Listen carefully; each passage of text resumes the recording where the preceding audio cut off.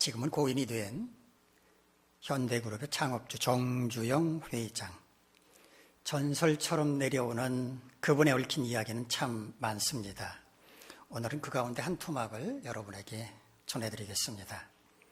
1970년대 초 청와대에서 박정희 대통령과 현대그룹 정주영 회장이 마주 앉았다고 합니다. 박정희 대통령이 정주영 회장에게 포항제철이 곧 완공이 되는데 철을 대량으로 소비할 산업이 필요하다. 정 회장이 조선업을 해를 보면 어떻게 하느냐. 당신은 불굴의 투사가 아니냐. 라고 지켜 세워 주었다 합니다. 그러면서 박 대통령은 만약에 현대그룹이 조선업을 못하겠다고 한다면 앞으로 정부가 추진하는 국책사업은 맡을 생각을 하지 말아라. 라고 압박을 했답니다. 정주영 회장은 어쩔 수 없이 각하가 원하는 것이라면 한번 해보겠다라고 대답을 했답니다. 그때부터 정주영 회장은 조선소를 세울 꿈을 꾸었습니다. 그러나 기업 내부에서조차 우리가 무슨 경험이 있다고 조선소를 세울 수 있겠느냐 하면서 반대가 무척 심했다고 합니다. 그렇다고 정주영 회장이 생각을 꺾을 리는 없었습니다. 당시 우리나라는 지금처럼 경제가 든든하지 못했기 때문에 조선소를 지으려면 해외에서 차관을 들여와야만 했다고 합니다. 정주영 회장은 미국과 일본의 금융기관들을 찾아다녀 봤지만 한결같이 한국 같은 후진국이 무슨 배를 만든다고 그러느냐 라면서 아예 귀를 기울일 생각조차 하지 않았다고 합니다. 정 회장은 영국으로 날아갑니다. 바클레이즈 은행의 문을 두드렸지만 역시 그들도 반응이 똑같았습니다. 정 회장은 바클레이즈 은행에 압력을 행사할 수 있는 ANP 애플두오 찰스 롱바톰 회장을 찾아갔습니다. 그러나 그 사람도 부정적인 반응을 보이기는 매 마찬가지였습니다. 그때 정주영 회장은 주머니에서 500원짜리 지폐를 꺼냈답니다. 지금은 사라졌지만 그 당시에는 500원짜리 지폐가 있었습니다. 그리고 거기 그려져 있는 거북선을 보여주면서 이렇게 말했다고 합니다. 이게 뭔지 아십니까? 이게 우리나라의 거북선이라는 겁니다. 영국은 1800년대부터 배를 만들기 시작했지만 우리나라는 그보다 300년이 앞선 1500년대에 철갑선을 만들어서 일본을 혼내준 민족입니다. 지금도 우리는 자금만 있다면 얼마든지 배를 만들 수 있는 저력이 있습니다. 감탄한 롱바톰 회장은 그 자리에서 정주영 회장에게 추천서를 써줬다고 합니다. 그런데 그것으로 끝난 게 아니었습니다. 또 다른 장애물이 나타났습니다. 영국 수출신용보증국의 보증서가 필요했기 때문입니다. 수출신용보증국은 당신들이 만든 배를 누가 사주겠느냐고, 그러니까 배를 사주겠다는 계약서를 가져오라고 요구를 했습니다. 하지만 거기서 포기할 수는 없었습니다. 정 회장은 세계적으로 유명한 그리스 선방왕 오나시스의 처남인 조지 리바노스라는 사람을 찾아가서 이런 파격적인 제안을 했다고 합니다. 우리가 좋은 배를 만들어 주겠소. 만일 약속을 지키지 못하면 계약금에다가 이자까지 얹어주겠소. 계약금은 조금만 받을 테니까 배가 만들어지는 진척 상황을 봐가면서 대금을 조금씩 지급해 주시오. 만약에 배에 하자가 있다면 인수하지 않아도 좋습니다. 그리고 그때 원금 모조리 다 돌려주겠소. 손해날 게 하나도 없는 이 파격적인 조건을 제시하자 레바노스는 26만 톤급 유조선 2척을 주문하는 계약서에 사인을 했고 영국으로부터의 차관 도입은 그렇게 순조롭게 진행되었다고 합니다. 지금의 현대중공업은 그렇게 시작이 되었다고 합니다. 새로운 일을 시작하려고 할 때마다 반대하는 임직원들을 향해서 정주영 회장은 이렇게 말했다고 전해집니다. 이봐, 해보기나 했어?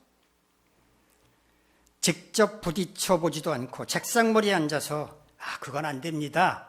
이런 말 하지 말라고 일침을 놓은 것입니다. 꿈은 이루어진다. 우리는 2002년 한일 월드컵 이후로 이런 말 참 자주 듣습니다. 우리가 꿈을 꾸면 그 꿈은 저절로 이루어집니까? 천만에 꿈은 결코 저절로 이루어지지 않습니다. 꿈을 이루고자 부단히 노력할 때 이루어질 가능성이 조금 커질 뿐입니다. 오늘은 본문 말씀을 중심으로 꿈을 이루는 것에 관해서 함께 생각해보는 시간을 갖도록 하겠습니다. 모세가 하나님의 부름을 받고 난 뒤에 그의 후계자인 여호수아는 지휘봉을 넘겨받아서 이스라엘 백성들을 이끌고 요단강을 건너가서 가나안 정복 전쟁을 시작합니다. 성경에 여호수아가 처음 등장하는 것은 출애굽기 17장인데 호전적인 아말렉 족속이 이스라엘 백성들을 공격해오자 모세는 여호수아를 지휘관으로 임명해서 아말렉과의 전쟁을 수행하라고 명령을 내립니다. 이걸 볼 때 여호수아는 출애굽 당시부터 지도자로서의 면모를 갖추고 있었다고 볼 수 있습니다. 당시 여호수아가 몇 살쯤 되었는지 성경은 말하고 있지는 않지만 한 40세 정도 되지 않았을까 추측해 봅니다. 출애굽 당시 여호수아의 나이가 40세쯤 되었다면 광야에서 40년을 보내고 모세의 뒤를 이어서 이스라엘 민족의 지도자가 되었을 때는 80세쯤 되었을 것입니다. 그렇다면 여호수아가 이스라엘 백성들과 함께 가나안 정복 전쟁을 치른 기간은 얼마나 되었을까요? 여호수아 24장 29절 말씀을 보면 여호수아가 세상을 떠날 때 그의 나이가 110세였다고 기록하고 있습니다. 모세로부터 지휘권을 넘겨받을 때가 80세쯤 되었다면 가나안 정복 전쟁은 약 30년간 계속되었다고 볼 수 있습니다. 그렇다면 가나안 땅은 이스라엘 12지파에게 어떻게 분배가 되었을까요? 하나님은 이스라엘 백성들이 광야에 있을 때 가나안 땅 분배에 대해서 미리 말씀을 해 주셨습니다. 민수기 26장 52절로 56절까지 말씀을 보면 하나님께서 모세에게 가나안 땅 분배에 관한 원칙을 말씀해 주시는 것을 볼 수가 있는데 두 가지였습니다. 첫째, 각 지파의 명수대로 땅을 분배하라. 두 번째, 오직 제비 뽑기로 나누라 라는 것이었습니다. 하나님께서 이 말씀을 하셨을 때는 시딤이라고 하는 곳에서 인구조사를 실시한 다음이었는데 그 인구조사 결과를 토대로 가나안 땅 분배 작업이 이루어졌을 것이라고 생각할 수 있습니다. 민수기 34장 16절로 29절을 보면 하나님께서 모세에게 가나안 땅을 분배할 책임자를 지정을 해 주셨습니다. 총 책임자는 여호수아 그리고 제사장 엘라살이었고 각 지파별로 12지파별로 대표 한 사람씩을 지명을 하셨습니다. 아마도 이 사람들은 가나안 정복 전쟁을 시작하기에 앞서서 요단강을 건너가기에 앞서서 미리 모여서 가나안 땅 지도를 앞에 놓고 어떻게 지파별로 땅을 분배할 것인지를 결정을 했을 것으로 보입니다. 그러나 가나안 정복 전쟁은 이스라엘 민족이 함께 힘을 모아서 감당해야만 했습니다. 그러니까 우리 땅은 여기야 이런 생각 없이 가나안 정복 전쟁은 모든 지파들이 힘을 모아서 함께 싸웠을 것입니다. 세월이 흘렀습니다. 가나안 정복 전쟁도 모두 끝이 나고 지파별로 땅을 분배해야 할 때가 다가왔습니다.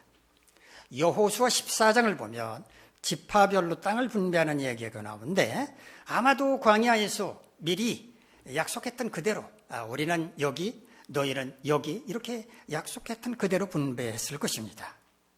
자, 오늘 우리가 연구할 사사기는 여호수아가 죽고 난 이후의 이야기를 다루고 있는데요. 자, 오늘 본문의 내용을 살펴보도록 하겠습니다. 8절에서 11절까지는 유다 지파가 자기들 기업을 정복하는 이야기입니다. 여호수아서에는 가나안 땅을 정복하는 이야기가 나옵니다. 전쟁 이야기가 나옵니다. 그런데 사사기에서도 다시 또 가나안 땅을 정복하는 이야기가 등장을 하는데 이걸 우리는 어떻게 이해를 해야 할까요? 앞서 말씀드린 것처럼 가나안 정복 전쟁은 여호수아와 이스라엘 모든 백성들이 함께 힘을 모아서 치렀습니다.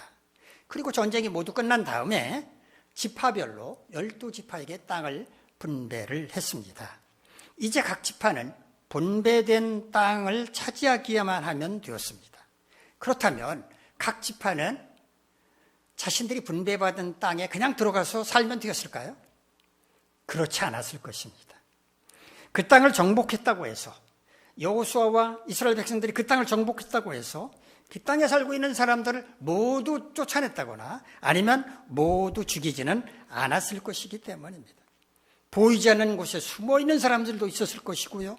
또 백기를 들고 우리 항복하겠습니다, 우리 살려주세요, 그런 사람들도 있었을 텐데, 그런 상태로 각 지파별로 땅을 차지해야만 했다는 말입니다. 그러므로 때로는 싸움이 일어날 수도 있었던 겁니다. 분배받은 땅에 정착하기 위해서 나머지 그 땅에 남아있던 잔당들을 정리하는 과정이 필요했다는 말입니다.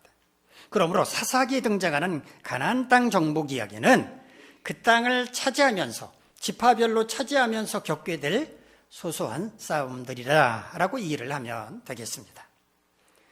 자, 유다 지파는 예루살렘을 포함해서 그 예루살렘 남쪽 이남 지역을 분배를 받았는데, 유다 지파가 그 땅을 차지하겠던 족속들과 싸워 점령을 했고 헤브론 지역도 차지했다라고 말하고 있습니다. 여호수아 14장, 아까 가나안 땅을 분배하는 이야기가 나온다고 했는데 14장 6절에서 12절 말씀을 보면 갈렙이 여호수아에게 이렇게 말하는 것을 볼 수가 있습니다.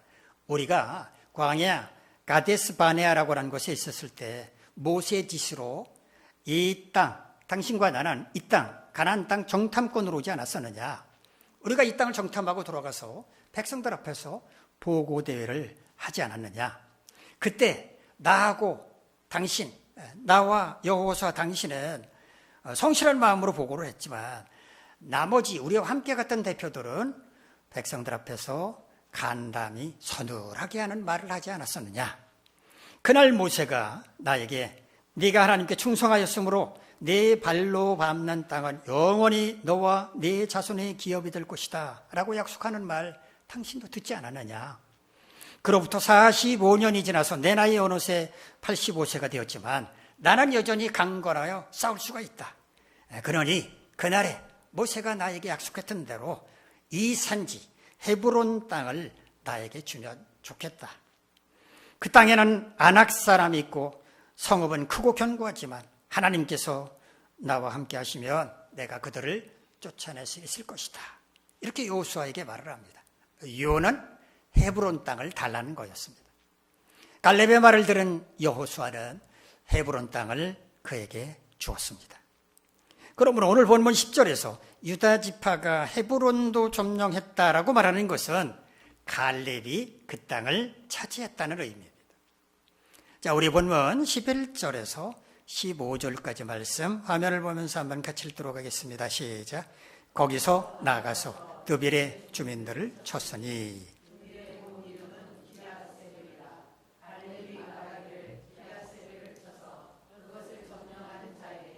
내 딸 악사를 아내로 주리라 하였더니 갈렙의 아우 그나스의 아들인 온니엘이 그것을 점령하였으므로 갈렙이 그의 딸 악사를 그에게 아내로 주었더라. 악사가 출가할 때에 그에게 청하여 자기 아버지에게 밭을 구하고자 하고 나귀에서 내리매 갈렙이 묻되 네가 무엇을 원하느냐 하니 이르되 내게 복을 주소서. 아버지께서 나를 남방으로 보내시니 샘물도 내게 주소서 하매 갈렙이 윗샘과 아랫샘을 그에게 주었더라. 거기서 나아가서 드빌의 주민들을 쳤다라고 말하는데 거기는 어딜까요? 헤브론을 가리킵니다. 헤브론을 점령한 유다 지파, 좀 더 정확하게 말한다면 헤브론을 점령한 갈렙은 헤브론 남쪽에 있는 드빌을 차지하고자 했다는 말입니다. 그런데 갈렙은 드빌을 차지하기에 앞서서 공개적으로 이렇게 선언을 합니다. 만약에 드빌로 가서 그 땅을 차지하는 사람에게는 내 딸 악사를 아내로 줄 것이다. 아버지가 자기 딸을 자기 마음대로 누군가의 아내로 준다고 하는 것은 요즘으로는 말도 안 되는 거죠. 그러나 당시는 얼마든지 가능한 얘기였습니다. 아마도 갈렙이 이런 제안을 한 것은 당시 그의 나이가 너무 들어서 직접 드빌로 올라가서 그 땅을 차지하는 것은 어렵겠다라고 생각을 해서 누군가 용감한 사람은 없나? 라고 찾으려고 한 것이었다고 볼 수가 있습니다. 갈렙의 제안을 듣고서 한 사람이 앞으로 나왔는데 갈렙의 아우 그나스의 아들 온니엘이었다고 말합니다. 갈렙의 동생인 그나스의 아들이니까 촌수로 따지면 어떻게 됩니까? 조카죠, 조카. 온니엘은 갈렙의 조카였다는 말입니다. 온니엘은 나중에 사사기 3장으로 가면 이스라엘 역사상 최초의 사사로 등장을 합니다.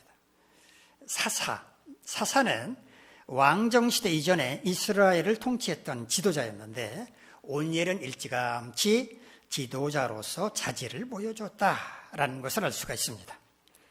앞서 말씀드렸듯이 갈렙이 자기 딸을 어떻게 자기 친조카에게 아내로 줄 수 있느냐라고 말씀하실 분이 계실지 모르겠지만 구약 시대에는 근친 사이의 결혼이 흔한 일이었습니다. 아무튼 온니엘은 용감하게 드빌을 점령을 합니다. 그리고 약속대로 갈렙은 딸 악사를 그에게 아내로 주었습니다. 그런데 갈렙의 딸 악사가 온니엘을 따라 출가를 할 때 아버지 갈렙에게 한 가지 요구를 하자고 남편에게 제안을 합니다. 온니엘과 악사 부부가 아버지 갈렙에게 요구한 것은 뭐였는가? 윗셈과 아랫셈을 자기들에게 달라는 것이었습니다. 구체적으로 윗셈과 아랫셈이 어디에 있는 것이었는지는 성경에 나타나 있지는 않습니다만 두 사람이 지금 헤브론 남쪽에 있는 온니엘이 점령한 드빌이라고 하는 곳으로 가서 살아야 했지 않습니까? 자, 그런 곳을 감안한다면 드빌이라고 하는 곳에 가까이 있는 셈이었을 것이라고 짐작할 수가 있습니다. 당시 사회에서 셈, 우물은 굉장히 중요한 자산이었습니다. 척박하기 짝이 없는 중동 지방에서 물을 얻을 수 있는 우물은 생존의 필수적인 요소였기 때문입니다. 갈렙은 윗셈과 아랫셈을 달라고 요구하는 딸과 사위의 그 요구를 들어줍니다. 그보다 더한 것을 요구했어도 들어줬을 것입니다. 오늘 본문에는 세 사람이 등장합니다. 갈렙, 온니엘, 악사.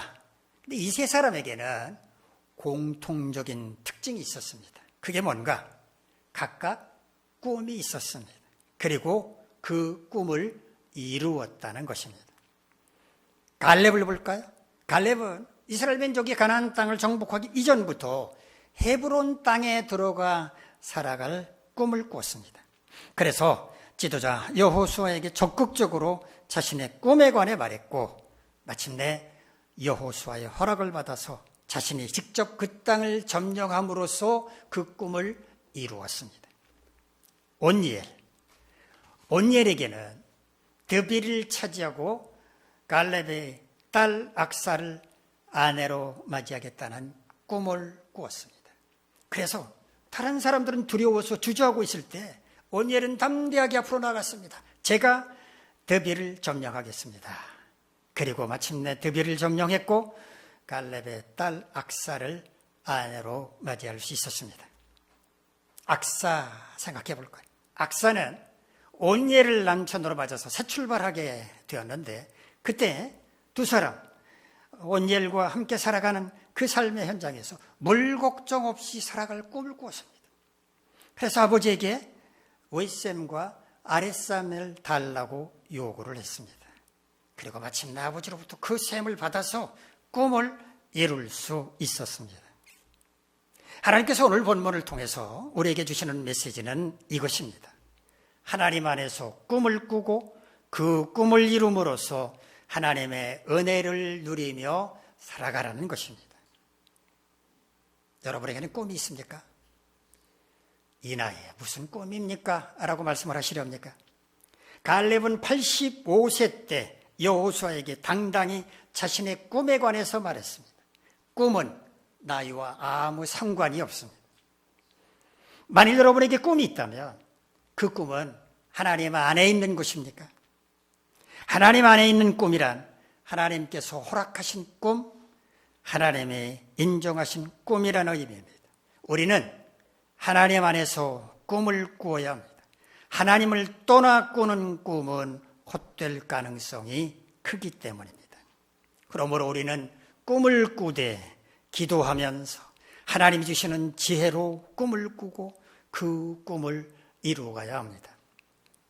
이 시간에는 우리가 꿈을 이루려면 어떻게 해야 할 것인지 그 비결을 함께 생각해 보도록 하겠습니다. 첫 번째, 꿈을 이루려면 믿음이 있어야 합니다. 내가 꾸는 이 꿈이 이루어질 것이라고 하는 믿음입니다. 꿈이라고 하는 말에는 여러 가지 의미가 있습니다. 첫 번째, 우리가 잠을 자는 동안 깨어 있을 때와 마찬가지로 여러 가지 사물을 보고 듣는 정신현상을 꿈이라고 말합니다. 두 번째, 실현하고 싶은 희망이나 이상을 꿈이라고 합니다. 세 번째, 실현될 가능성이 아주 낮거나 혹은 전혀 없는 헛된 기대나 생각을 꿈이라고도 말합니다.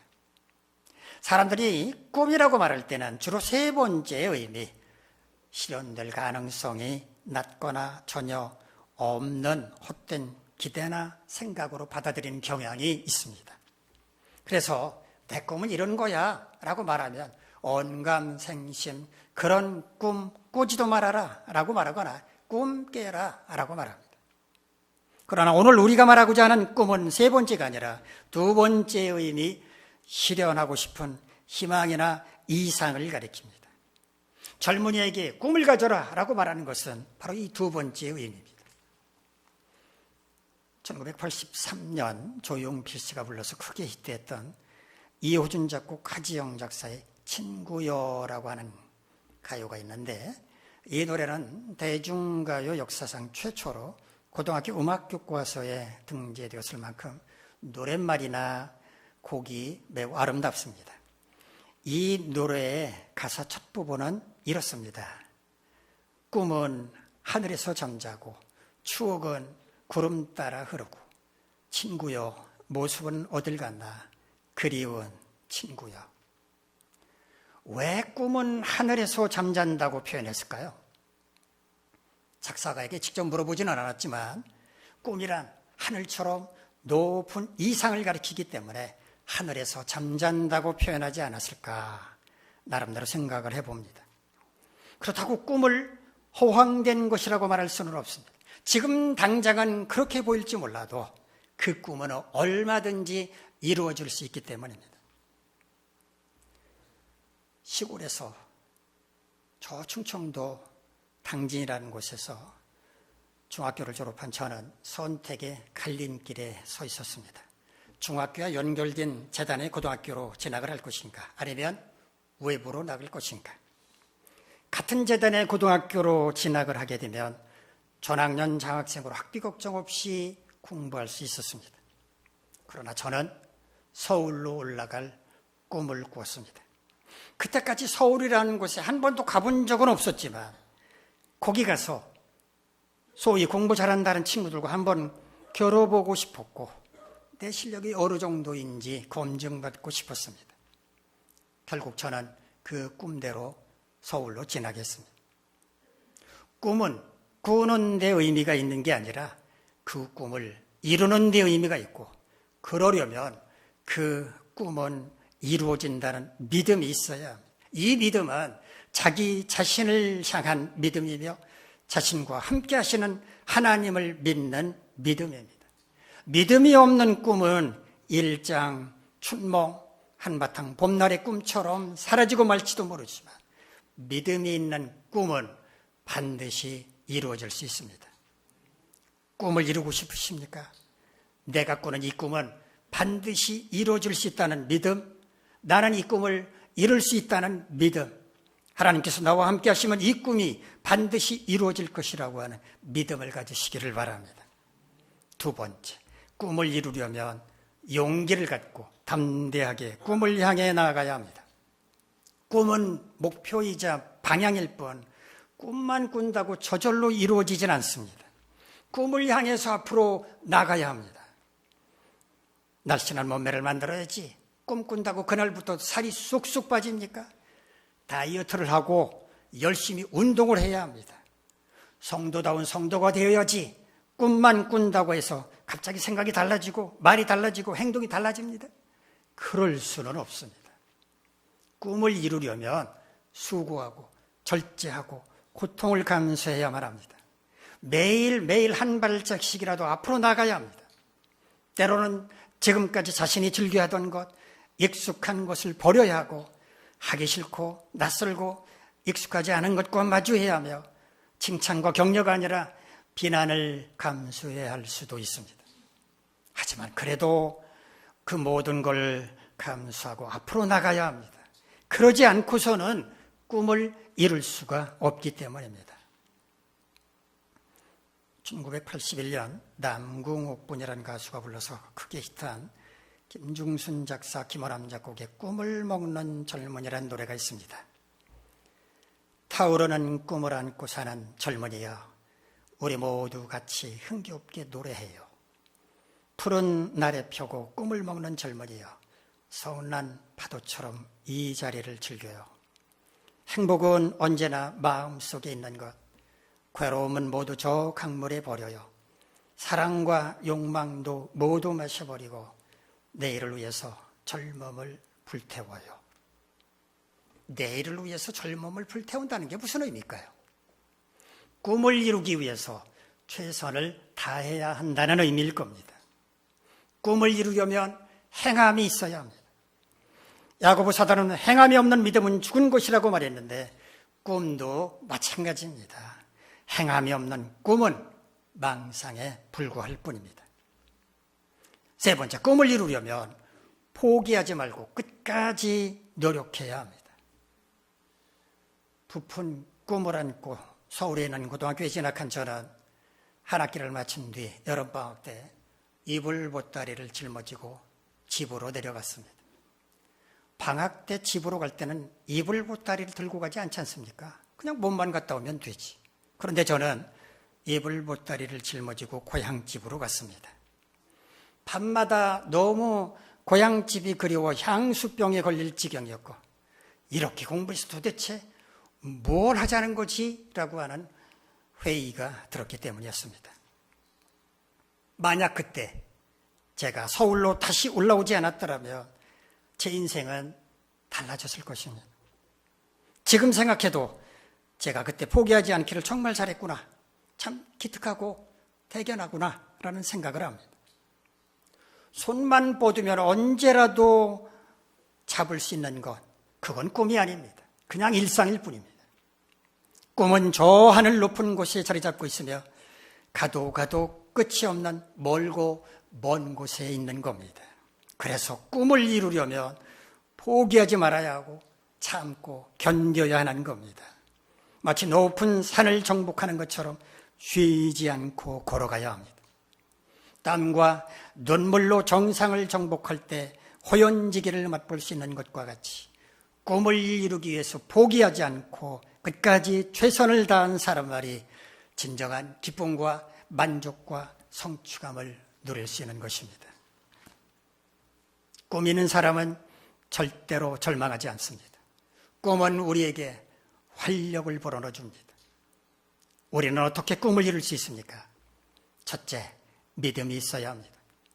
내가 꾸는 이 꿈은 반드시 이루어질 수 있다는 믿음, 나는 이 꿈을 이룰 수 있다는 믿음, 하나님께서 나와 함께 하시며 이 꿈은 반드시 이루어질 것이라고 하는 믿음을 가져야 합니다. 두 번째, 용기를 갖고 담대하게 꿈을 향해 나아가야 합니다. 꿈은 목표이자 방향일 뿐 꿈만 꾼다고 저절로 이루어지지 않기 때문에 꿈을 향해 나가야 합니다. 행함이 없는 믿음은 죽은 것인 것과 같이 행함이 없는 꿈은 망상에 불과하기 때문입니다. 세 번째, 포기하지 말고 끝까지 노력해야 합니다. 꿈을 이루려면 포기하지 말고 끝까지 참고 견뎌야 합니다. 땀과 눈물로 높은 산의 정상을 정복한 사람이 호연지기를 맛볼 수 있는 것처럼 꿈을 이루고자 포기하지 않고 끝까지 최선을 다하는 사람만이 진정한 기쁨과 성취감을 누릴 수 있기 때문입니다. 우리에게는 각자 소소한 꿈과 또 인생의 꿈이 있지만 궁극적으로 우리는 저 천국에 가서 영생복락을 누릴 꿈이 있습니다. 여러분 모두 꿈을 이루는 사람이 되시기를 간절히 바랍니다. 기도하겠습니다. 자비로우신 하나님, 우리 모두에게 꿈을 주시고 그 꿈을 이루어가는 사람이 될 수 있도록 항상 우리와 함께 하시고 지혜와 용기를 주시옵소서. 예수님의 이름으로 기도하옵나이다. 아멘. 자리에서 일어나서 600